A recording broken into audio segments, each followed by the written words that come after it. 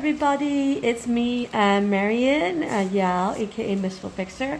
We're here today to remove another couple of nails. Say hello. Hello. Hola.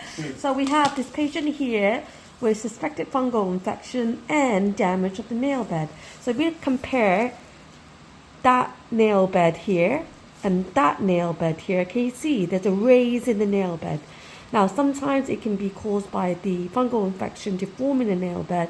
Sometimes it can be the nail bed being damaged from kind of wear and tear from footwear. So today we're just going to remove it. Also, you can have other things grow underneath within the nail bed, cysts and warts and things like that. But we're going to remove the nail because we want the quickest way of fixing this, and that is really by removing of the nail. So we're just holding the toe. We're using our elevator. Quite crumbly and soft actually.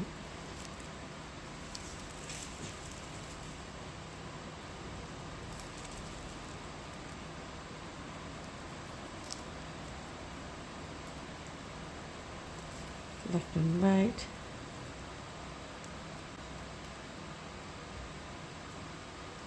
Beautiful. So that's come off in one piece. Voila. You can see now the nail bed is nice and flat, so actually was the fungal infection causing a raise, and that's all dystrophy. That is why sometimes it's very important for when you have a fungal infection is to remove the nail, because how are you going to get a flatter nail bed without removing it? And a lot of research indicates that actually well, there actually isn't as much research about the pain after surgery. The things that I read describe surgery as they don't recommend it actually, that the pain of post-surgery is quite severe, but actually in reality from just me removing so many nails, pain is actually not that bad. So I'll probably start to do some research into that, the pain level post-surgery. So we want to just make sure that we remove all the old nail and all the old debris.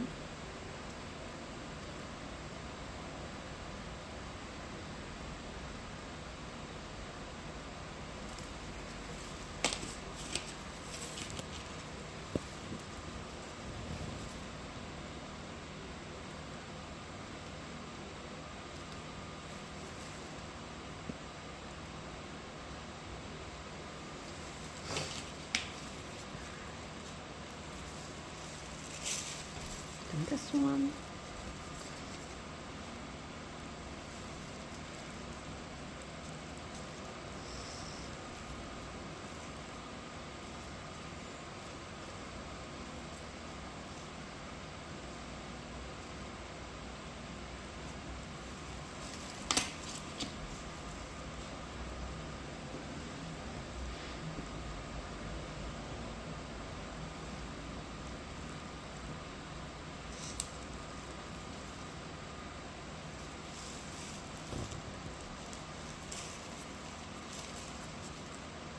Almost came off one piece.